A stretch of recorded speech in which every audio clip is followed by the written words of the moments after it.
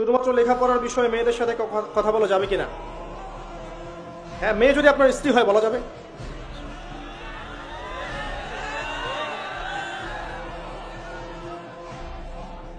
এই করতে করতে তো ইমান চলে গেল। প্রথমে কথা বলবেন, নোট চেঞ্জ করবেন। আমরা কি ভার্সিটিতে পড়ি নাই মনে করছেন? নোট এক্সচেঞ্জ করবেন। তারপরে কি হয়? নোটটা বাসার সামনে আসে নিয়ে যাইস, এই যে বাসার সামনে যাওয়া শুরু হলো। তারপরে দাঁড়ায় থাকবেন দেখার জন্যে। তারপরে কোনো একদিন কফি খাইতে গেলেন, আবার যে গ্রুপ স্টাডি করেন মাঠের মধ্যে বসে, ছেলে মেয়ে একসাথে, মাশাআল্লাহ। আবার দেখা যায় ছেলে টিচার মেয়েদের ব্যাচ পড়াচ্ছে, আবার দেখা যায় মেয়ে টিচার ছেলেদের ব্যাচ পড়াচ্ছে। আবার আমরা যে ঢাকার ইউনিভার্সিটিগুলো যেগুলো আছে, এখানে দেখবেন ফর্মাল ড্রেসে মহিলা টিচার ক্লাস নিচ্ছে, আর ছাত্ররা ব্ল্যাকবোর্ডের দিকে না তাকায় ওই টিচারের দিকে তাকায়। এই করতে করতেই হলো। তারপরে অ্যাফেয়ার হয়ে গেল। এক পর্যায়ে মনে করছেন পবিত্র প্রেম সম্পর্ক নয়, বিয়ে করবো এক সময়।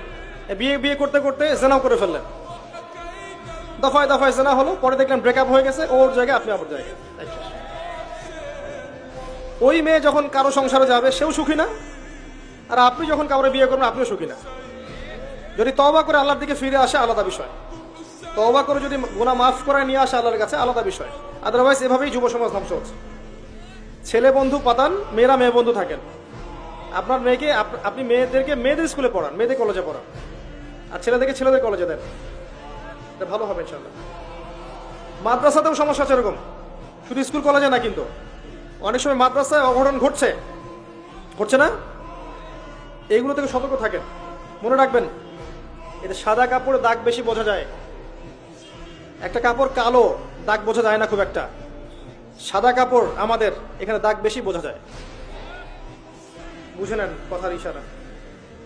কলেজ পড়ুয়া ছাত্রছাত্রীরা কিভাবে তাদের চরিত্র রক্ষা করবে? খুব ডিফিকাল্ট প্রশ্ন আসলে, এটা খুব ডিফিকাল্ট। আমার নসিহত, কয়েকটা নসিহত হচ্ছে, নামাজ ছাড়িয়েন না 5 ওয়াক্ত। 1 নাম্বার, নামাজ ছাড়েন না 5 ওয়াক্ত। যারা দুনিয়াদার বন্ধু বান্ধব এদের সাথে মিশেন না, কম মিশার দরকার নাই। প্রয়োজন হলে কথা বলেন, আদারওয়াইজ কথা বলার দরকার নাই। আপনাদের ফ্রেন্ড সার্কেলের মধ্যে যারা একটু ইমানদার, নামাজ কালাম পড়ে, এদের সাথে মেশেন। পড়াশোনায় বেশি ব্যস্ত থাকেন, এত বেশি পড়াশোনায় ব্যস্ত থাকেন যেন অন্য চিন্তা আপনার মধ্যে আসতে না পারে, ঠিক আছে? আর এই যে স্মার্টফোন কম চালান, ইউটিউব কম দেখেন, ফেসবুকে যায় না বেশি। আপনি বই পড়েন, খেলাধুলা করেন। শোনেন, খেলাধুলা করেন।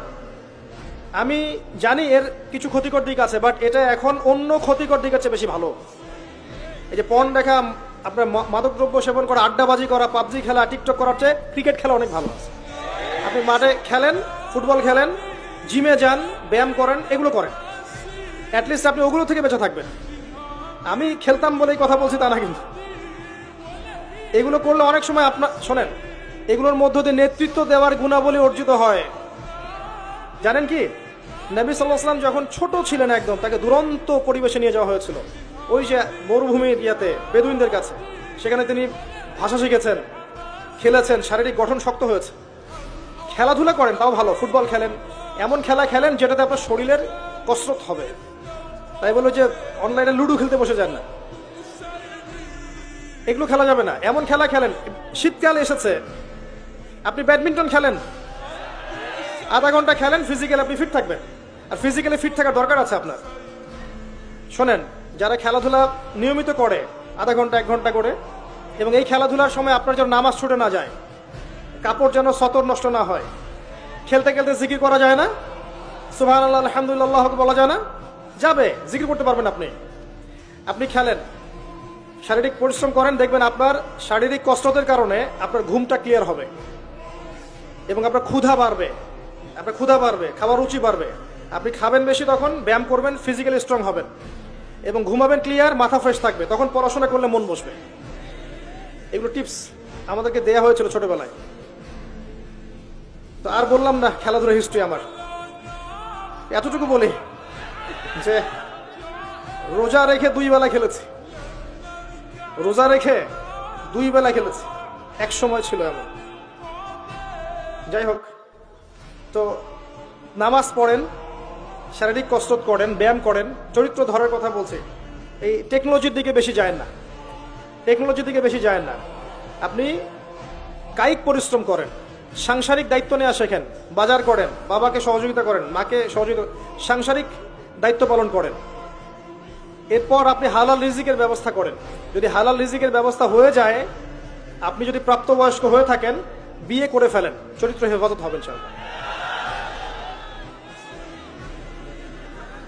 বিয়ে দেয় না, আচ্ছা,